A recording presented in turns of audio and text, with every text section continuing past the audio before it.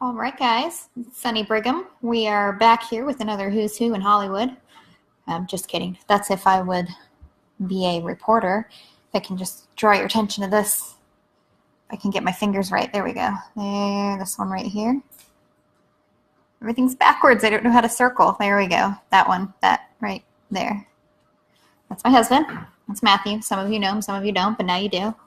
I was hiding his face with a pillar. All right. So, for those of you joining me for the very first time, my name is Sunny Brigham, and I am a board-certified clinical and integrative nutritionist, and I have a master's of science in clinical nutrition, and I own and operate Complete Health by Sunny Brigham, which you are on the webpage now, but I actually have an office here in the North Texas area, but I do provide services all across the U.S. So if you are not located in Texas, but you are interested in working with me, by all means, reach out to me. There's probably a chance I can help you, or I can refer you to somebody that's going to be able to help you. I help individuals reduce their fatigue, eliminate their bloat, and lose weight. That's always a top concern for most people. Really, we do this by focusing on gut health and hormone balancing, which are some of my specialties. And I am getting a text message here. Okay. Happy client.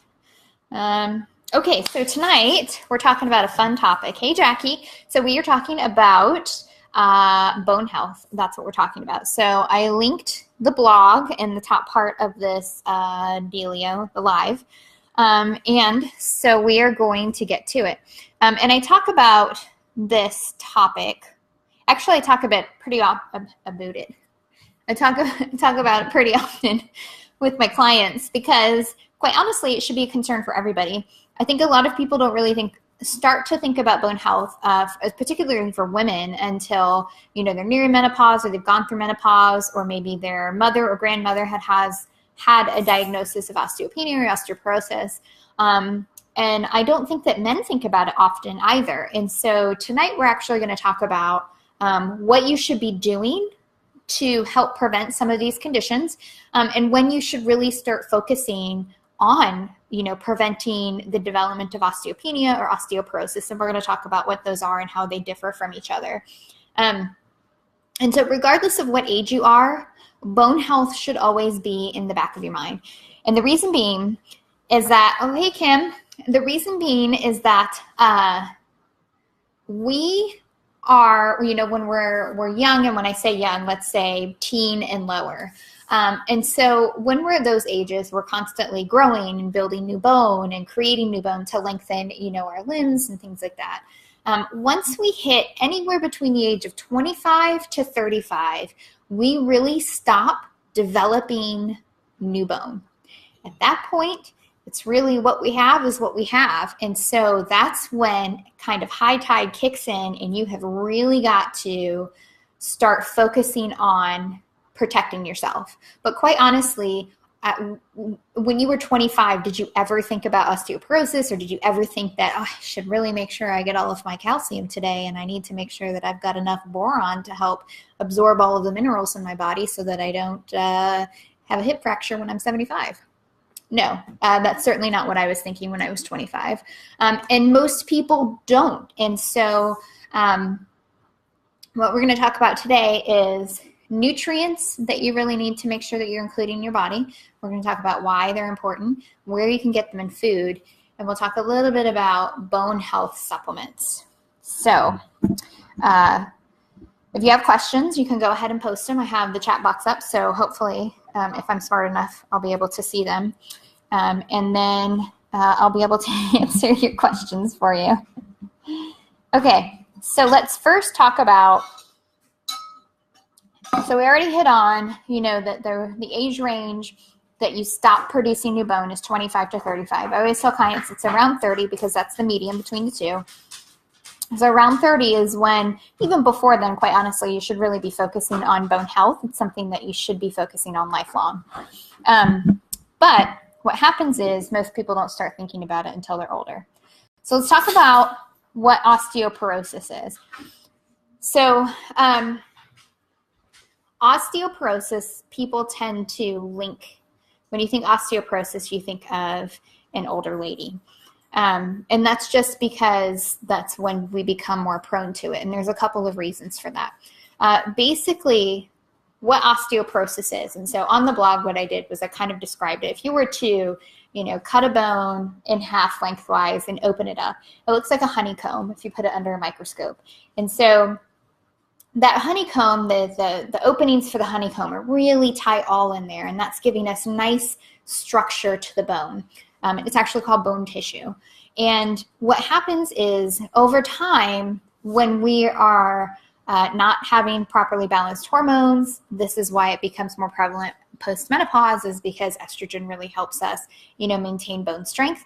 And then nutrients as well. So over time, what happens is when we're not properly taking care of our bones, those honeycomb openings become bigger and bigger and bigger. And so the linking, the parts that are keeping all the honeycomb together, that becomes more brittle because it's got a larger surface that it has to support instead of a teeny tiny surface. And so when you've developed full-on osteoporosis, it's because you've developed what's called tissue loss or bone loss. And so those honeycomb are now nice and wide, and the structures are having a hard time supporting those small bits or the large bits. So what typically will happen is if you have been, if you've broken a bone, a finger, a hip, a leg, an arm, it doesn't matter, and you are nearing menopause or going through menopause, typically what will happen is your physician will order a bone density scan, and that'll give them an idea of if you have osteopenia, if you have osteoporosis, or if it was just, a fluke accident and you broke something, because it happens to people all the time. And so there's two main causes that cause osteoporosis. So lack of supportive nutrients in the body and hormones. Again, like I mentioned a few minutes ago, we need estrogen really to help ensure that we have good, healthy bones.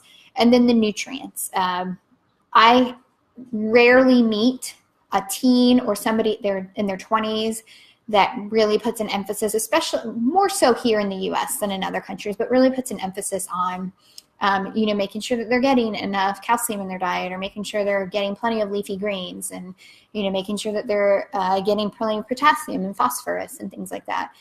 Most people really don't become concerned about their diet or their lifestyle until they get a little bit older. And so when it comes to that point, you're really kind of in the mode of making sure nothing gets out of hand. And that's okay as long as you start as early as you possibly can.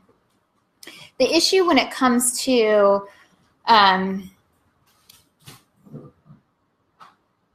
the dogs are trying to be rambunctious. The issue that it comes with when we talk about nutrients is it's not just a lack of eating them. Plenty of people have really healthy diets, but we also have a lot of digestive issues that are pretty prevalent.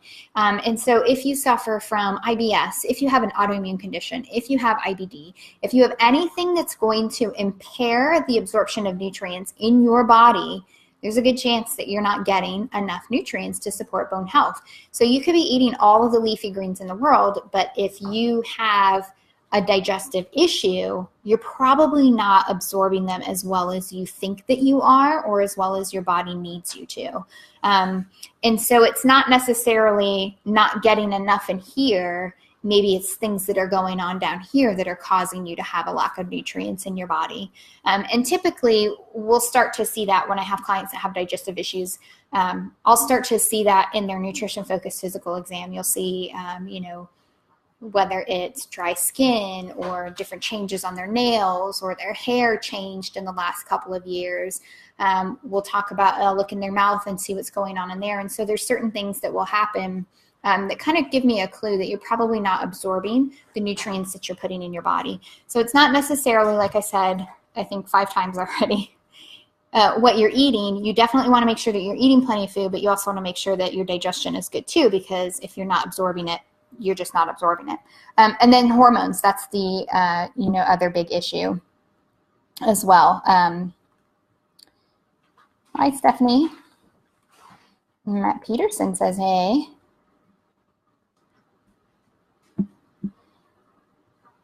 Why the frowny face, Walter? Not getting enough calcium?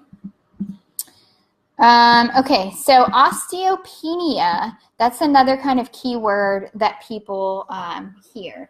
And really, osteopenia is just, you're kind of leading towards osteoporosis, but you're not quite there yet. So you got a little bit of bone loss, but not as much, not enough to diagnose you with osteoporosis. So if you've been diagnosed with osteopenia, then definitely ensuring that you are getting the nutrients in, making sure that you're absorbing the nutrients in your body. I have seen people develop osteopenia because of long-term birth control use, because it's altering different hormones in the body. So it's definitely something, anything that's going to play with the hormones or throw the hormones out of balance will definitely cause an environment where you could develop osteopenia or osteoporosis. On the blog, I mentioned osteomalacia and then osteonecrosis. Osteonecrosis is basically just the bone is dying, and it's usually due to injury or long-term corticosteroid use. And then osteomalacia is basically softening of the bone. It's not very common, but I just wanted to make sure that I got that definition out there. Let's see. Okay, so nutrients for bone health. So typically when somebody thinks, okay, I need to make sure that I'm eating to support my bones, most people think of one nutrient and one nutrient only, and that is calcium. In reality, there's probably 20 different nutrients that you really need in your body in order to make sure that you're getting plenty of nutrients to support your bone health. Calcium is a big one, absolutely. Boron's really important. We're going to talk a little bit more about boron in a minute. Magnesium. So calcium and magnesium actually compete for absorption in the body. If you have too much calcium, your body's not going to absorb magnesium. If you have too much magnesium, your body's not going to absorb calcium. And so having a nice balance of calcium and magnesium is important. Vitamin D, obviously that's a really important one. Phosphorus, protein. A lot of people wouldn't think about protein when we think about bone health, and so protein is really important. And then you've got a slew of minerals such as manganese, you've got copper, vitamin A is really important, K2, talk a little bit about K2 in a minute, that's really important, vitamin C, and then all of your B vitamins are really important. So if you are, I know that seems like a lot of nutrients, so what I typically tell people is make sure that you're eating a mostly whole foods, mostly plant-based diet, and you are going to get plenty of nutrients as long as you're not eating minimally processed foods. So minimally processed foods, mostly plants. And then in addition to that, I would definitely add on a really high quality multivitamin. And that's going to make sure that you're getting most of the nutrients that you need. I do see a lot of people, whether you are a meat eater or a non-meat eater, that do not get enough calcium in their diet. So it goes both ways. And then people with digestive issues, like I said, if you could have an amazing diet, but if you're not digesting and absorbing your nutrients, then it's really kind of all for naught at that point.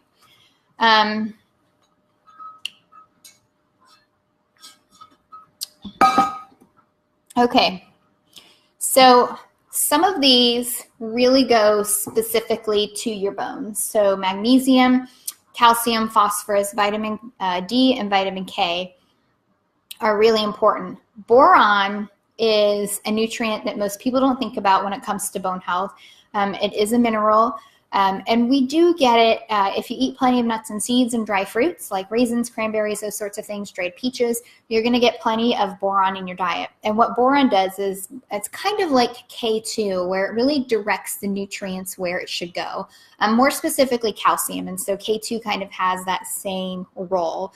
And so it makes sure that calcium doesn't sit in your soft tissue and harden. You guys may have heard this, 10 years ago or 5 years ago, what they had found was people were taking these high-dose calcium supplements because they, you need calcium for bone health.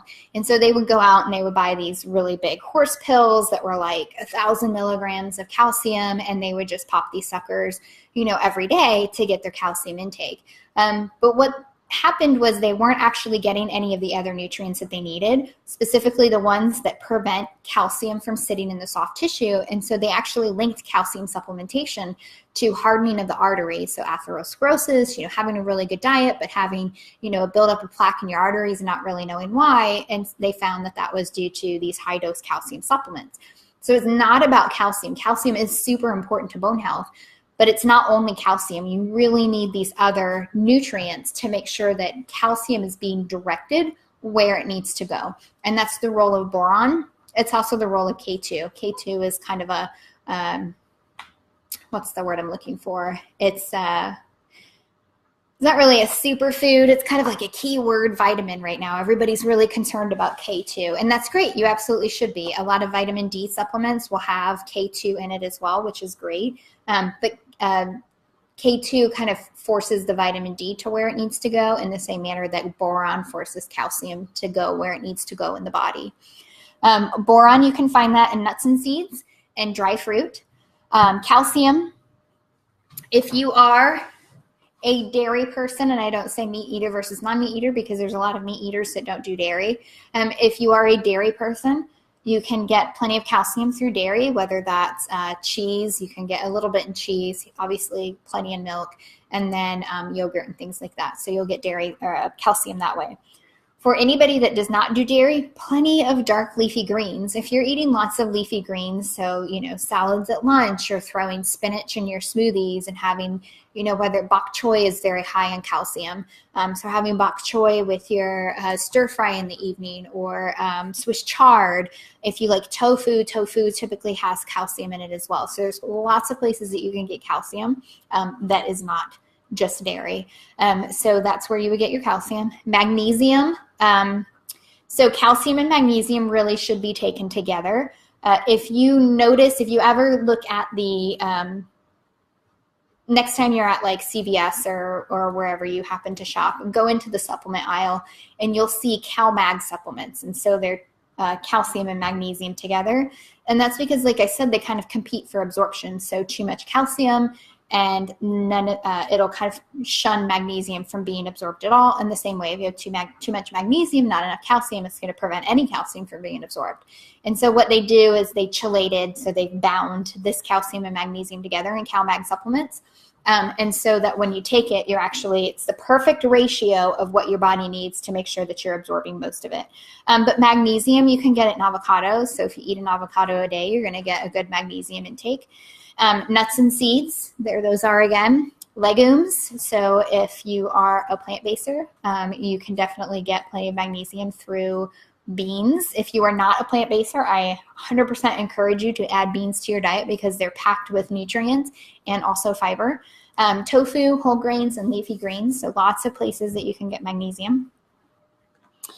Vitamin D, so there's really only 3 places that we can get vitamin D. And this is honestly most clients that come to me are not on a vitamin D supplement, and that is one of the very first supplements that I will start having them take is a vitamin D supplement. So there's 3 places that you can get vitamin C. You can get it from mushrooms that are grown outside, but you seriously have to eat like a shit ton of mushrooms in order to get plenty of vitamin D. And that's if you don't have any digestive issues. So I would not readily rely on mushrooms for your main source of vitamin D. Second space is the sun. In order to get adequate vitamin D absorption from the sun, you need to be outside between the hours of like 10 and 2 with 75% of your body exposed for 15 minutes, 3 to 4 times a week. So I'm talking high noon, bikini or trunks, 15 to 20 minutes, 3 to 4 times a week. Most people don't have that kind of time because they're working Monday through Friday, and so they're indoors during those peak hours.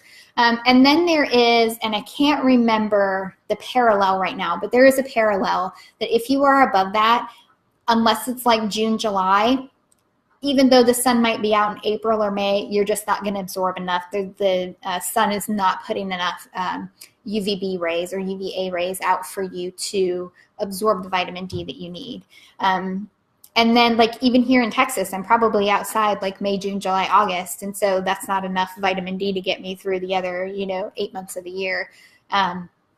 So supplement is the third place. Supplement vitamin D. I can't tell you how many people come to me with low vitamin D levels, or they're complaining about being fatigued, and that's because their vitamin D is low. And so we'll get them on a vitamin D supplement. But vitamin D is super important for bones as well.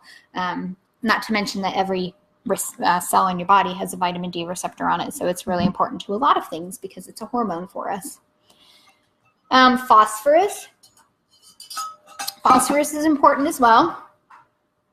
You get that from pumpkin seeds, Brazil nuts, where you also get selenium for your thyroid health. So you've got a double punch right there with the Brazil nuts.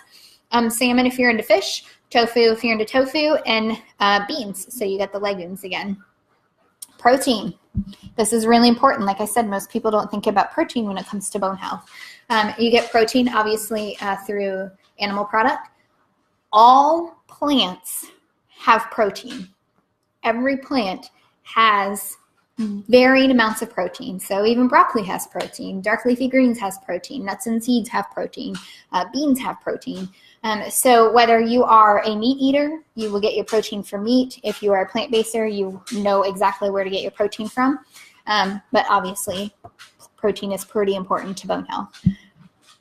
Manganese, you get plenty of manganese in pineapple. Although I would definitely limit your pineapple intake, it is a tropical fruit, so it's going to be very high in fructose. And I recommend 1 serving of tropical fruit only a day. So if you're going to have pineapple, you got to skip that banana that you like. But you can also get manganese in nuts and seeds, brown rice, oats, and legumes again. So we're seeing a lot of nuts and seeds, we're seeing a lot of legumes, and we're seeing a lot of dark leafy greens. Copper, legumes, nuts and seeds, and you can actually get this one from dark chocolate, so that's a bonus to you if you like dark chocolate. Vitamin A, so this one you're not going to see the legumes and the nuts and seeds. Any vegetable that is red, so you're red, orange, or yellow, so you're talking yellow, orange, red peppers, carrots, what else is red? Sweet potato. So anything that has that kind of, because that color, the carotene or the carotenoids is what give it that color. So vitamin A, you're going to get it in those vegetables. Best place to get vitamin A for somebody that eats meat is actually fatty fish. So cod, mackerel, occasional tuna, salmon. Those are going to be your best places to get vitamin A. K2, which we talked about a little bit earlier, that is important for maximum vitamin D absorption and calcium targeting. Natto, which is like a fermented dish. Sauerkraut.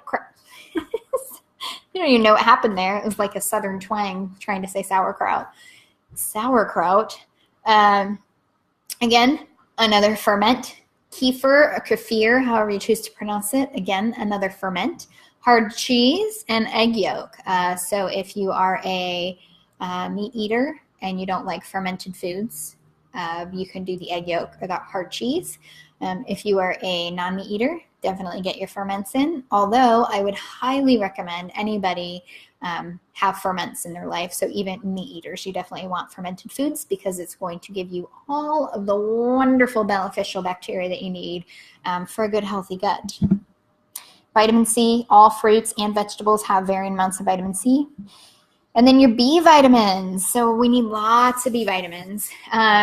Nuts and seeds, green veg, beets, legumes, whole grains. B12, if you are not eating meat, you definitely need to supplement with a B12.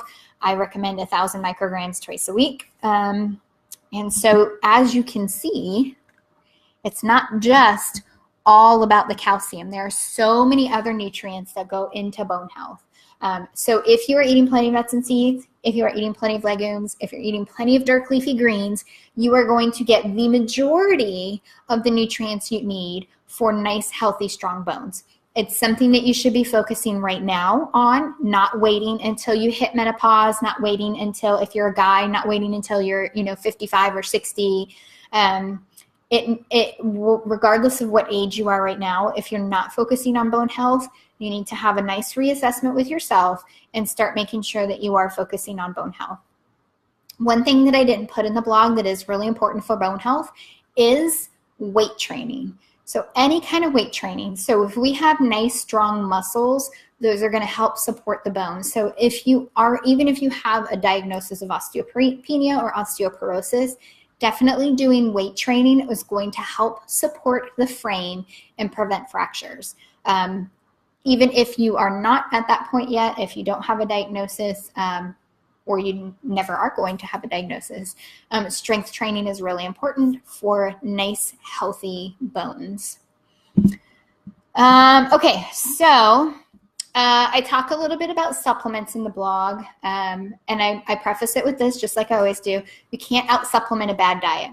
So if you are eating, highly processed foods, plenty of junk, chances are you're going to have a disordered gut. So even if you take a supplement, there's a good chance you're not going to be absorbing the nutrients from that supplement. So focus on your diet. Make sure your diet is good. You're eating plenty of fruits and vegetables. You're getting lots of leafy greens and nice plant proteins. Most of your diet should be plant, whether you're a meat eater or not. Most of your diet should be comprised of plants. But with that being said, I did provide a couple of supplements that I will go to on occasion when somebody is struggling to get the nutrients in their diet that they need. So the first one that I threw out there is called Jarrow Formula's Bone Up. And I like this one because it has most of the nutrients. It specifically has boron. It's got lots of calcium and magnesium in it. And it is a chelated calcium magnesium, so they are bound together, so they're not going to fight for absorption. And I tell you in the blog to pair that with a quality multivitamin, because no bone health supplement is going to give you everything that you need to support the bones. It's going to give you a nice start, but the whole point is to supplement that supplement with a good quality diet. So diet's supposed to get you to here, and the supplement's supposed to get you this last little bit. Whereas I think most people use the supplements to get here and they hope their diet gets in the last little bit. So it should be flipped around. And then the other one that I typically use is Integrative Therapeutics. It's a CalMag. It's a liquid. So it's pretty easy to take. It's not, pills that you have to do.